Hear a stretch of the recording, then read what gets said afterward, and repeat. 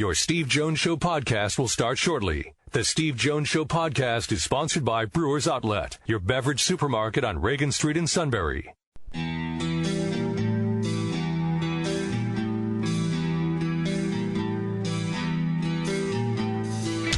Sports talk where your voice counts. This is the Steve Jones Show on News Radio 1070 WKOK. Now from the Sunbury Motors Studio, here's Steve Jones. Best of week wrapping up here on WKOK. Steve returns from his vacay on Monday. Sean Carey here. Keep your cool with us. This is the place to go to get stocked up. Brewers Outlet, the beverage supermarket, Reagan Street, Sunbury. Water, soda, soft drinks, snacks, peanuts, fresh roasted, pickle bar too, and beer special going on now through Tuesday. Extra Gold Lager, 30 packs, $12.97 at Brewers Outlet, the beverage supermarket on Reagan Street in Sunbury. Catch up with any previous show you may have missed. Subscribe to our podcast. We're on iTunes, Apple Podcast app, and Google Play. Search Steve Jones Show. And you can also go to stevejonesshow.com. We've got 3+ months of archived shows there. Later on, we will hear from Donovan Smith, the former Penn State football offensive lineman, currently with the Tampa Bay Bucs after he got his contract extension back in March. He was on the show. We'll replay that. And also next hour, Penn State head football coach James Franklin. And a guy who's been on the Penn State beat for quite some time, knows the team inside and out. Had a chance to join the show here back in February from FightOnState.com, the one and only Mark Brennan. It's great to be here, Steve. I was just thinking today about the old days when we were at Damon's doing the trivia. Yeah. T. Frank, you would have loved it. It was me, Steve, Paul Alexander, and Jeff Brown, right? Yes. And they would have us in on Thursday night and do trivia, and there were a couple times we finished first in the nation. Yeah. And it wasn't because of Paul, and it wasn't because of Jeff. It was because of one guy who's got a photographic memory. Except boxing? I do the boxing. They brought me in for the one boxing question, but so that was... Yeah, I was thinking about coming on the show, and for some reason it drew me back, and I think it was Paulie's birthday a couple days ago on Facebook, so I don't mean to hijack your show, but it was an absolute blast doing it. We had a lot of fun doing that. Well, they gave us free food, and for those of us who did some other things, they gave us some free other things, but we're like, this is great. It was fun. So the skeletons in Steve's closet are coming out. Yeah, I could answer questions about the 1920 Chicago White Sox, but I mean that's fun. Let's start with Zion Williamson, because it does bring up again what has become a question that is asked repeatedly. We know it's the NBA and the NBA Players Association, just like it's the NFL and the NFL Players Association. They set the eligibility as to how you're supposed to do this. Obviously, when it comes to a young man like this, who I believe has an $8 million policy, he does have an $8 million insurance policy. How do you view this? And there are questions about, obviously money, but there's also those who have suggested trust funds. How do you view all of that as how it plays out? Listen, my view has changed over the last couple years. And when it really hit home for me, Steve, was watching the Super Bowl, and they had that NFL commercial, and Saquon Barkley ends up being the guy out of all these legends who's on at the end of the commercial. And I'm like, oh, my God. Because he's the one running into the future. Right. And so my point being, there was a time 10 years ago, whatever, when I thought, it really is good for kids to come and get into a college atmosphere before going on to pro, and it's going to benefit the 95% who are going to not necessarily be the Zion Williamson or the Saquon Barkley at the next level. But now, I don't know how you can deny somebody the opportunity to make the sort of money that they're going to make. I just don't know how you can do it when it doesn't happen in sports, it doesn't happen in golf, it doesn't happen in all these other sports. I've changed. I've done an about face, and I think these kids ought to be able to be eligible to go into the especially the NBA immediately. The NFL might, maybe I'm being a hypocrite, but I think that's a little bit different jump from high school to the pro level. Physically it is, Yeah. And, so there are guys who I think could make that jump. I mean, a Saquon could, but you would never see an offensive lineman who was good enough to do it. But yeah, to me, I don't know all the particulars of the rules, and you talk about the Players Association, but to me, I think these kids ought to be able to go right to the pros and make whatever money they're going to make and set their families up for life. I've changed on that, too. I remember in 2006 where they put the one and done in. I was hoping it would be two and done. Yeah. And not for the sake of the college game. I've always been thinking about, and if I'm the NBA or the NFL, I want a more mature league, don't you? Yes. Idealistically. But I kept thinking, okay, 2 and 20. Now I think after 2 years, you really do know whether you're capable of making the jump. Now I've changed. And a couple of years ago, I said, you know what? It's your life. You want to go? Go. Right? And guess what? No protection. Oh, maybe. I hear ridiculous things such as, well, if they don't make it, they could still go back to college. Give me a break. It's your decision. You make the decision to go pro, you're a pro. If you want to join the Army when you're 18, you can join the Army. I think you can. At least you used to be able to. I don't know if there's a different age limit at this point. Yeah. But, unfortunately, there will always be kids who think they're good enough. And doing, what I do, we cover a lot of recruiting. And believe me, it's not as much the kids as it is the parents. A lot of the parents think their kid is going to be the next Saquon or whoever. Every parent thinks that. Not enough of them have the perspective. So that's the difficult part about it, is that there's always going to be people on the other side. But I don't think you could err on the side of protecting those folks at costing. I mean, listen, let's knock on wood and hope Zion is fine. Right. But say he had blown out an ACL. I mean, that was if you watch that, he very easily could have. Now, I'm guessing Nike would have probably had to pony up and do something if that were the case. Sure. But, you look at it, and the question now is it even worth his while coming back to play this year? And it's so weird because I looked at that Fiesta Bowl with Saquon, and I know I keep going back to Saquon because that's kind of my wheelhouse. Sure. I still give him so much credit for playing, but I almost now half think he's nuts because I knew Saquon was going to be great in the NFL. I mean, I knew it. I knew he was going to be a really good player. I didn't know that he was going to be the presence, the advertising presence that he has immediately become. I mean, we had access to him and talked to him, and he represented himself well and carried himself well.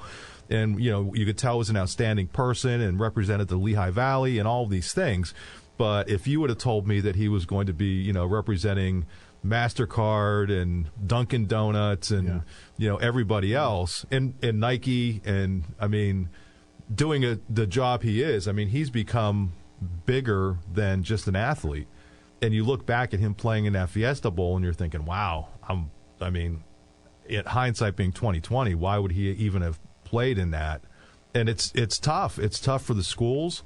It's tough for the teammates. It's tough for the coaches. But ultimately, you have to look at the best interest of the individual, I think. An unintended consequence of what I'm about to talk about will be said advertiser gives you $500,000 as an athlete to, and we'll put it in the trust fund. Yeah. All right, that's one of those unintended consequences. Let's be real; it's a possibility. Mm-hmm. Or suddenly out of nowhere, the Audi dealership of Beverly Hills wants to offer said football or basketball player that kind of money to do that. How do you feel about the idea of trust funds and the ability to use the likeness where the money is sitting there, and then when they leave, they can have it? I think that gets too complicated. Okay. I don't know how you monitor it, and I think you would run into instances where that then becomes part of the recruiting process. Sure. So just like if you're a Major League Baseball player, there's an allure to playing for the Yankees or your beloved Red Sox or Los Angeles or, well, kind of my Phillies. But there's a big difference between playing for a major market team and playing for, Tampa Bay or whatever they're called. And with no offense to whatever that team is down there. The Rays. Yeah, the Rays. But am I making my point? Yes, you are. So in college sports, what would happen. Goodness sakes, that's your team beat in the World Series. I know. Come on, it's a man. guy that they're your vanquished. A guy from my hometown, Hazleton, managed them. Yeah. So, but that's. I'm not kind of in baseball mode. I'm rarely in baseball mode. I'm in baseball mode when the Phillies are doing well and Chris Wheeler's up here visiting and that sort of stuff. Right, exactly. Yeah. All right, so that's it. Because I think there's a lot of debate as to how you handle that. Because it's one of those things. Obviously, they don't want to pay them. Yeah, but it's one of those things, Steve, where it's almost like with the transfer rules. Which is the next topic. Yeah, well, yeah. So okay, let's make this transfer portal that everybody can enter, and it's for the best of the athletes. Well, the NCAA does that, and I don't know, was it the ADs or the presidents, whoever whoever's idea that was, but they didn't think through the entire process. So now you have a situation where you have however many kids at Penn State. Scholarship was. No, it wasn't. I forget what the number was that are in the transfer portal. 14, you can go to our site, Lines 247. We have a thing up there. I think it's 14. But whatever it is, you have these kids who enter the portal, and especially for the scholarship players, once they begin, from what I could gather, once they begin the spring semester, they're on scholarship for the entire spring semester. That's right. So Penn State's paying for their school, but they're not part of the program. Right. So, and the other part of it is these kids who are deciding to leave are kind of in a purgatory. So where are they working out? They're not working out with the team. They're not practicing with the team. Right, because they've elected to leave it. Right. But so these are the sort of things that have to be thought out before you implement these rules. And going back to the trust fund thing, that's great in principle. Right. Well, that's why I said the unintended consequence. Right, that's how I prefaced it. Absolutely. And that's what I'm getting at. So it's great. Yeah, this would be a great idea. But I would love to see somebody sit down and work out the logistics of that and say, well, this is exactly how it's going to work, and have some scrutiny put to that, some public scrutiny, so you could work out some of these problems. I am not against kids having the ability to transfer. I'm not. I mean, especially for the grad transfer thing, that's great. If you've come and earned your degree, that's tremendous. You should be able to go do what you want. But then the other unintended consequence of the grad transfer is, so now Penn State, this is where I got my 11 number. Penn State brought in 11 early enrollees. Yes. So I'm not good with numbers, but they brought in 11 scholarship early enrollees. Right. So the goal at Penn State is for these kids to get here and not only be acclimated to the program, but be acclimated academically. Exactly. Penn State, as much as any other school, is graduating kids in 3.5 and 4 years. Right. So now there's a disincentive for programs to have kids graduate early. Now, that's not going to happen at Penn State. I don't think it's going to happen at Michigan or Ohio State or, a lot, Notre Dame. It's not going to happen at a lot of schools where Harvard. They're going to say, listen, no, we're going to slow play you going through because we don't want you to be a grad transfer. Right. They wouldn't say that. No. They would do it. But there are programs out there that don't care about academics there would be a disincentive for kids to get through, and that's another thing about some of these transfer rules that I don't think they really thought through. Well, one of them was they were going to put these transfer rules in August, right? And one of them was going to be it didn't really matter if you wanted to transfer, you could play right away, and they left that one off the table. My problem with the transfer rule, number one, is all the waivers they're granting. Yeah. Right? They didn't take care of my hangnail. All right, you got a waiver. That to me, that's the bothersome part. If you get your degree, you've done your part, and the school's done its part. Absolutely. Okay, everybody's done their part. The academic support people did. You did. Coaching staff did. Along the way, everybody did their part.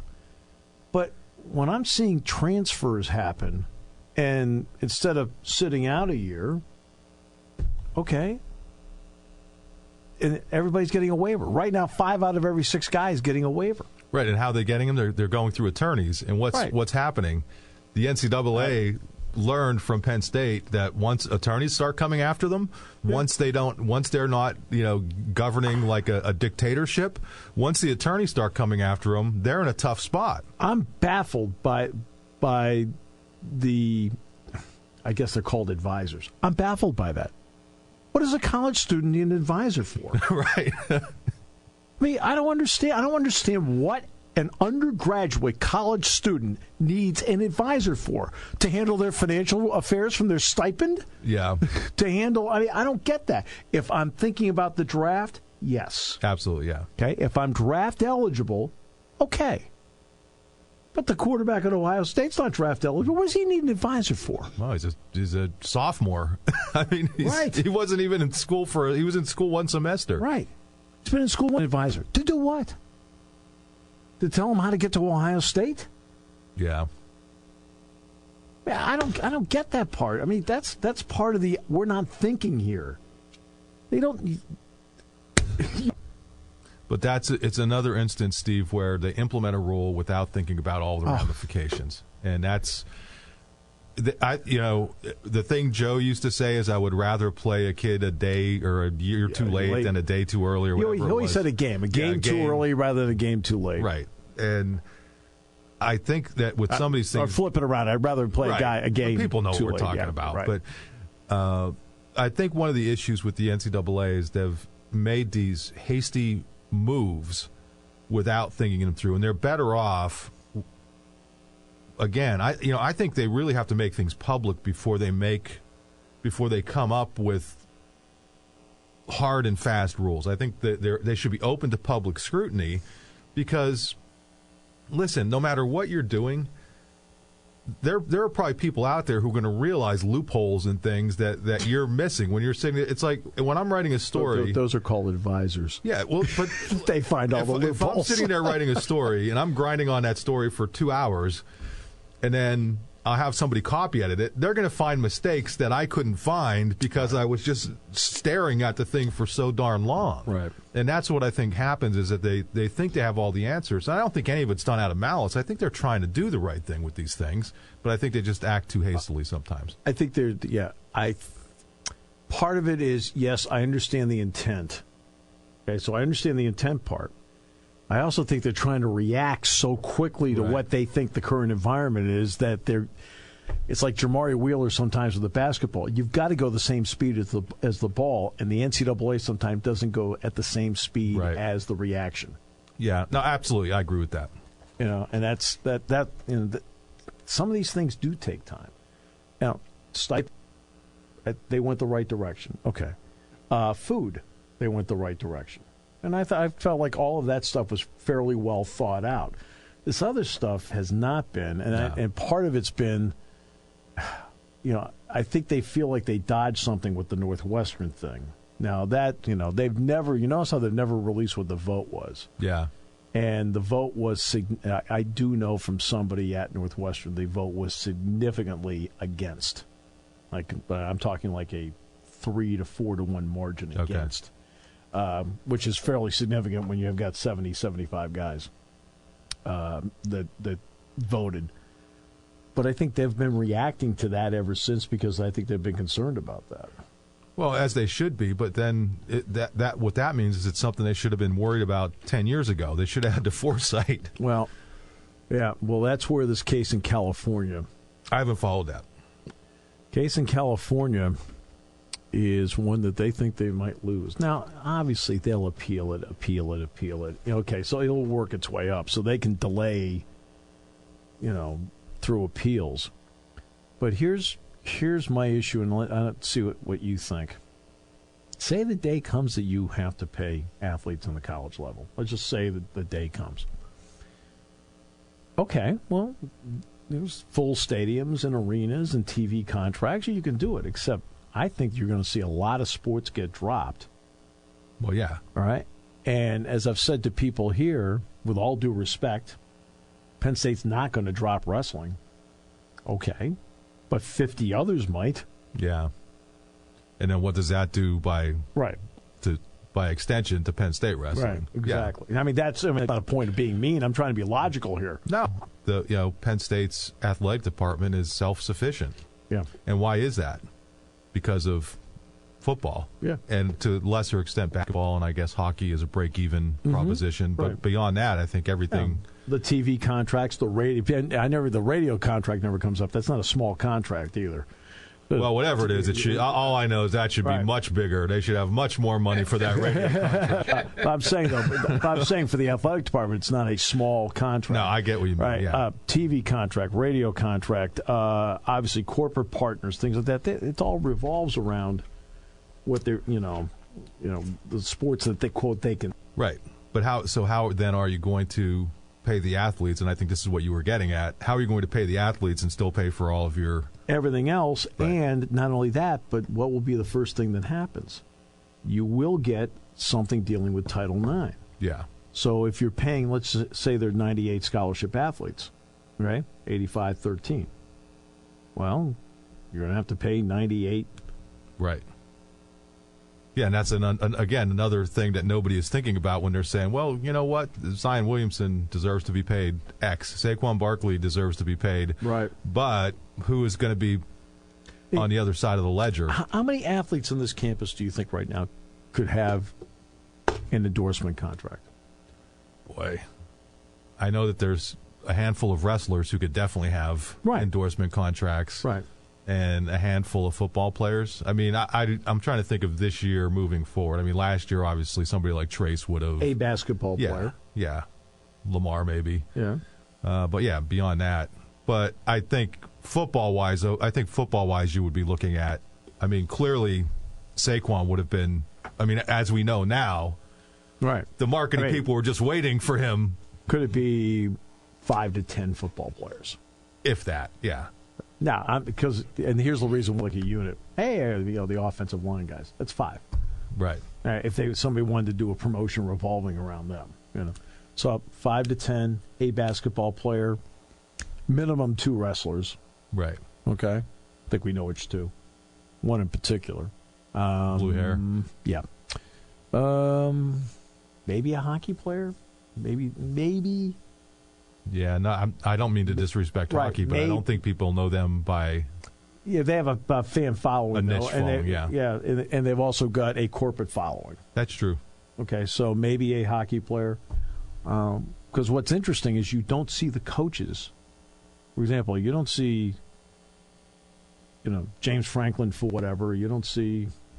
It's interesting how the coaches here don't do. Yeah, back in the day, Joe did. He did like the Yellow Pages. Yellow Pages. He did one car. He did one car thing. He did a thing about, I think it was bread, Milano bread. He did, yeah, Milano bread. Because Milano. You asked him at the conference about Milano bread, and it was right around Thanksgiving.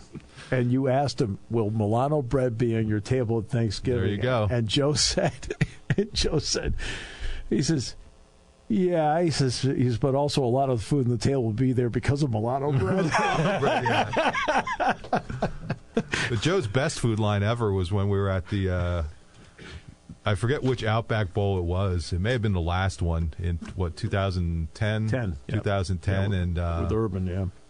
I'm not sure if it was that one or the previous one, but and I'm going off topic here, but it was actually, and there was a welcome press conference, and they say all these nice things about Joe. He gets up and speaks. He goes, the Outback Bowl people have been so great. I just wish you could get a good steak around here. And the whole room fell silent because it was like all these Out Bowl, like all the media people were laughing our rear ends off.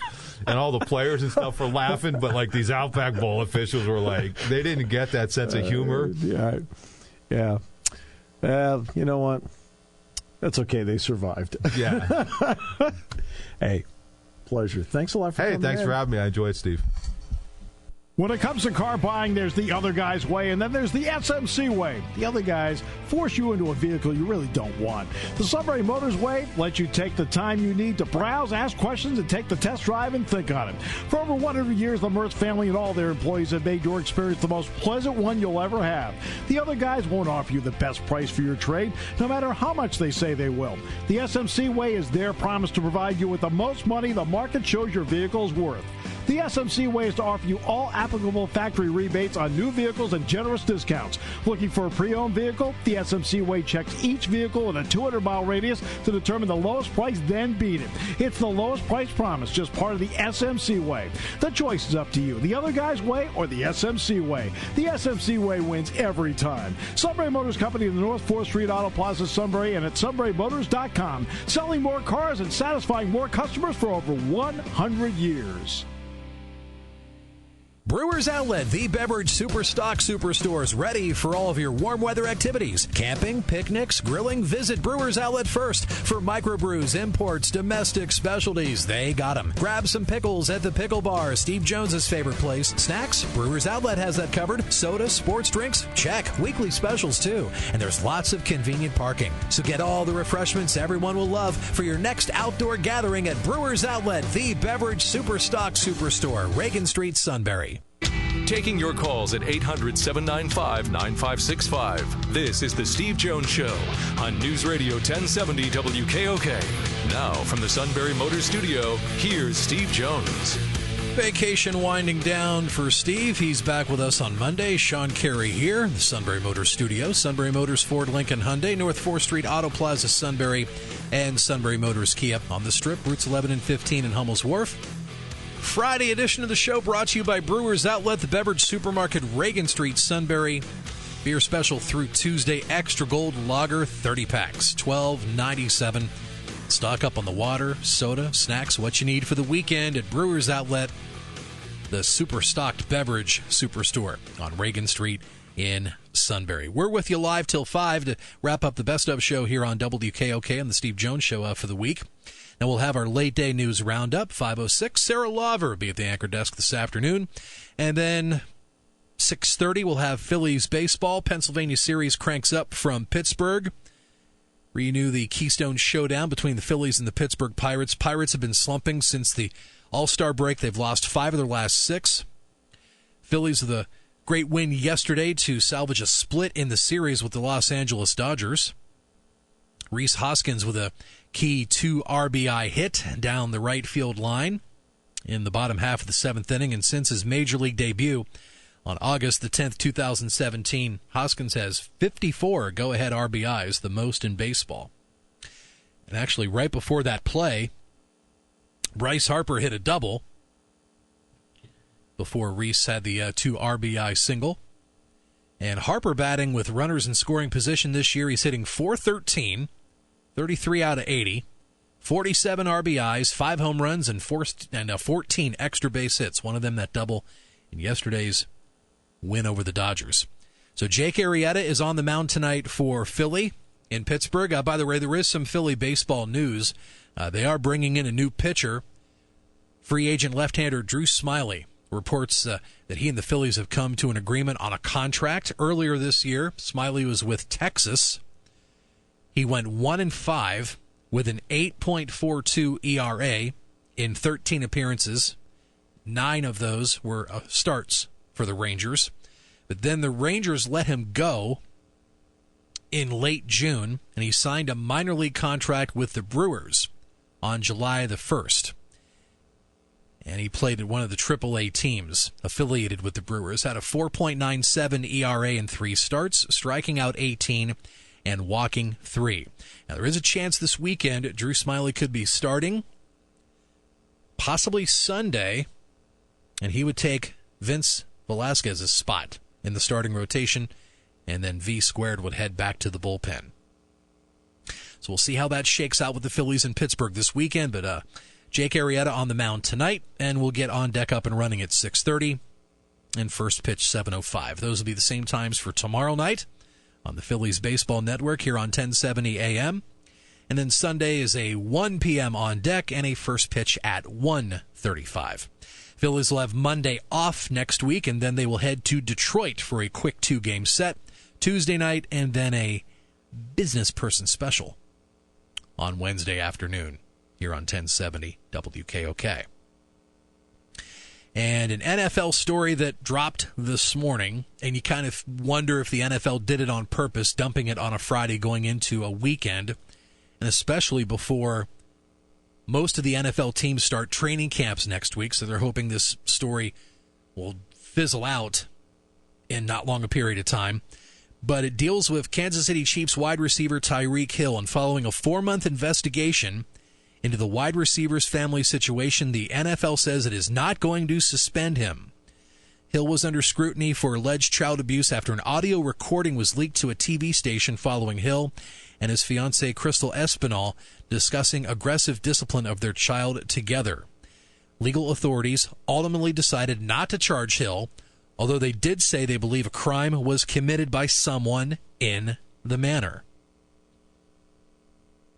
You just wonder if authorities sometime or another talked with this child and the child would just open up and tell the truth and we'd know exactly what's going on. And the NFL couldn't get that information in a 4-month investigation. I understand the Ray Rice situation is completely different than this one, but it just sounds like a carbon copy now all over again in the way the NFL does things sometimes. It's like we've talked about on this show. It just seems like there's times where the NFL just can't get out of their own way. That could fall into this category once again.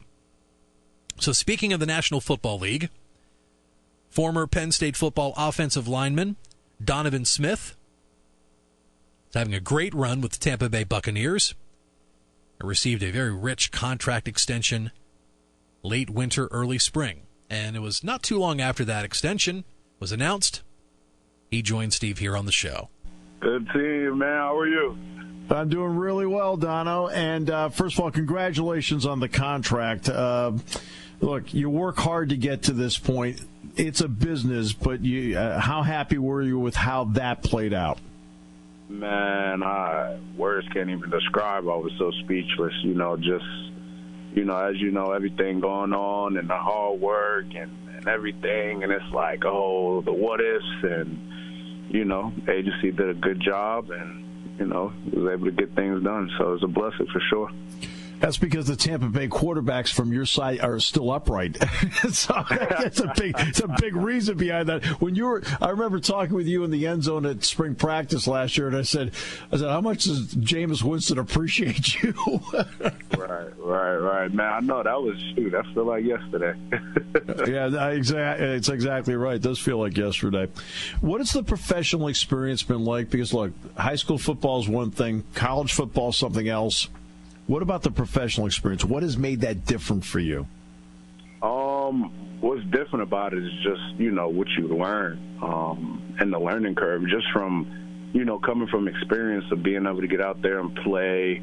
And, it's a lot of, trial by fire type of thing because, you can talk about it and everything, but until you're out there and you actually in between the crossfire and everything, you really don't get to experience it all. So, just definitely being out there is mentally fast and, just the many life lessons, that you learn from the different guys, coaches, and just, being out there.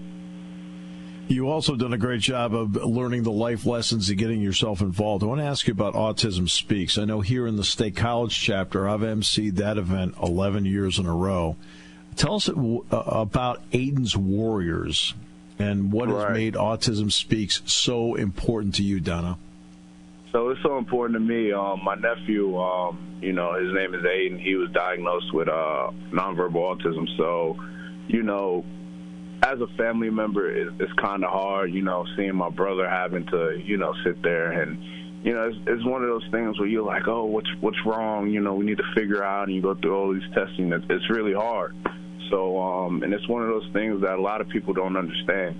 So, it's near and dear to me. He's a great kid. He's full of, joy, laughter, and everything. So, just a way for me to show my support and give back, to something that's near and dear to me. I've became, so heavily involved with it the past few years. Like I said, we have a walk coming up in Tampa on April 27th, and, I'm going to be doing my second annual bowling event May 13th down in Tampa. So, everything, all proceeds go to Autism Speaks, and, it's just something that, I want to continue to do. And by the way, here in State College, they've done the Autism Speaks Run Walk every year in early April. And to its credit, Penn State has been the #1 college campus fundraiser for Autism Speaks. But the numbers tell you why it's so important. At one point, I remember when I first did this, Donovan, I want to say they were telling me, it's in the script, obviously. Then you try to research these things. Right. 1 in 263. All right. Then also the number became 1 in 190. Then the number became 1 in 163. Now it's some numbers like 1 in 84. I think that some people may not realize how critical actually this is and why these runs, walks, and bowling is so important to raise funds. Exactly. Yeah, it's all about the knowledge and allowing people to understand it. And, you know, a lot of people are affected, you know, then they give not even credit, but, you know, then people know because it's like you're kind of like in denial, like, no, can't be. And until you're fully diagnosed with it, you know, that's when the numbers start, you know, fluctuating and changing. So. All right, let's get back to football for a moment, then we'll get back to Autism Speaks at the end of it here. And the football part of it is that you go into this season at Tampa Bay with, obviously, look, the NFL's a wide-open league in a lot of ways. Teams can move from out of the playoffs to in the playoffs. How close do you think, when you look at your team, how close do you think they are to being a playoff team? Oh, we're really close. You know, we say that each year, and although the record sometimes doesn't show it, just knowing the pieces and the guys and the coaches and everything that we have in our facility, you know it's just a flip of a coin away. And, you know, you got to believe that each year going into it. So, but no, we're definitely, you know, I see that in the near future. Give us a little indicator of the kind of guy Jameis Winston is. What kind of guy is he in practice? What kind of guy is he in the locker room? What kind of guy is he in the huddle? Oh man, he's great. You know, as Jameis is, he's a natural born leader, and you know he's going to make sure that his guys know that no matter what, he got their backs, and you know who don't want that, you know, as a leader, and to be out there just to have fun with him. You know, he gets a lot of scrutiny for it, but, you know, we're all like that. We all have that big kid in us and everything, and, you know, he likes to have fun. And, you know, ultimately he loves to win. And, you know, like I say, he's a great family man, you know, God-fearing man. You know, I can go on and on about him. But, yeah, no, he's definitely a great person, great player, on and off the field. All right, which then gets me to Chris Godwin. There's another Penn State connection down there with you. Now, obviously, he's going to make plays, and you don't see them made until you watch the film next week. But what has he meant to the Bucs? Oh, man, CG12, my boy. He's meant a lot since the day he, you know, stepped into that locker room. You know, I told him, said, no matter what, you know, I'm rocking with you, but, you know, just make sure you give it your all. And, you know, knowing Chris, you know, that's what he does. He's a silent worker, and, you know, he's going to go out there and make sure he gets his job done. And, you know, like I said, you turn on that film and you see him make big plays. And, you know, this year is going to be huge for him. You know, some of the moves that we made and him stepping into a bigger role right next to Mike and everything, it's definitely going to be huge. And, you know, I'm excited to see it. And I think you're referring to Mike Evans. Yeah, Mike Evans. Yeah, Mike Evans. Yeah. No. For some odd reason, Central Pennsylvania is not deeply immersed in the Bucs, so I have to fill in the gap. What about Bruce Arians coming in, who has brought with him a great pedigree, success wherever he's been, Steelers offensive coordinator. My goodness, Donovan, I go back to when he was the head coach at Temple. Okay, that just means I'm old. All right, but what has a guy with that kind of pedigree meant to the enthusiasm in the building? Oh, it's meant a lot. You know, the brief meeting I had, you know, I went to go sit down and talk with him. You could just see, you know, he's all business, you know what I'm saying? And, you know, he's also a family man, and he's going to, you know, make sure he gets the best out of his guys.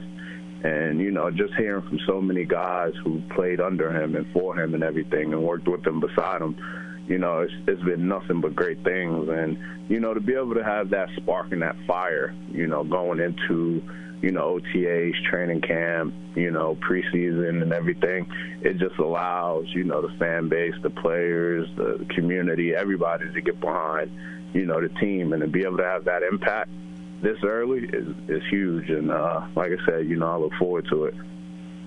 Obviously, you had the privilege of playing in front of 100,000 people here all the time, recruited and brought in by Joe Paterno. I know you cherish that very, very much.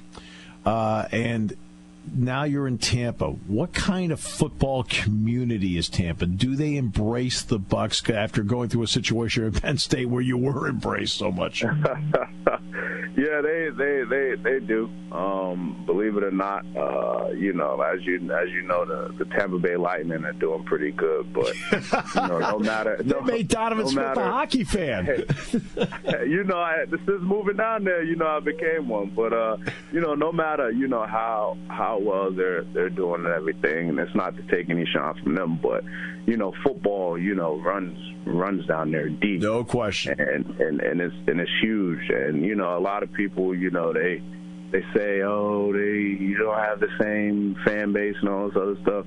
There's Tampa Bay Buccaneers fans all over the world. And, just being on social media the way I am, there's fans overseas that tweet me and hit me on Instagram. There's people down in Texas and Cali and Arizona, all over the place. And it's amazing. To be able to have them loyal fans is key. So their fan base is definitely big. And now let's flip it back to where we were before. What has that fan base meant, and because of their passion, how much has that helped with your involvement in Autism Speaks? Oh, it helps a lot. They love to get behind any of the players doing anything. That means a lot to them. So just to be able to have that support from the fan base is huge, because like I said, that shows that it's deeper than just football. They actually taking in what us as players like to do off the field and interested in off the field, and they back it, and you can't ask for anything else from a fan base. Well, again, there's going to be an Autism Speaks event here eventually in State College here in a couple of weeks. But just one more time, for anybody who gets down to Florida, and we have a lot of people going down from Florida here all the time, just a couple of dates that maybe they may hear about and say, you know what, I'm going to go over to Donovan's events. What do you have? Oh, man, listen, you got the walk, we got the bowling tournament, we got everything. It's, like I said, it's just going to be a good time to be out there, have fun, and enjoy, raising money for a great cause. Yep. Aiden's Warriors. Donovan, it's always great for me, any opportunity to get to talk with you, and I appreciated the time you gave us here today. No, most definitely. I'll see you when I get up there for the spring game. I'm looking forward to seeing you, man. All righty.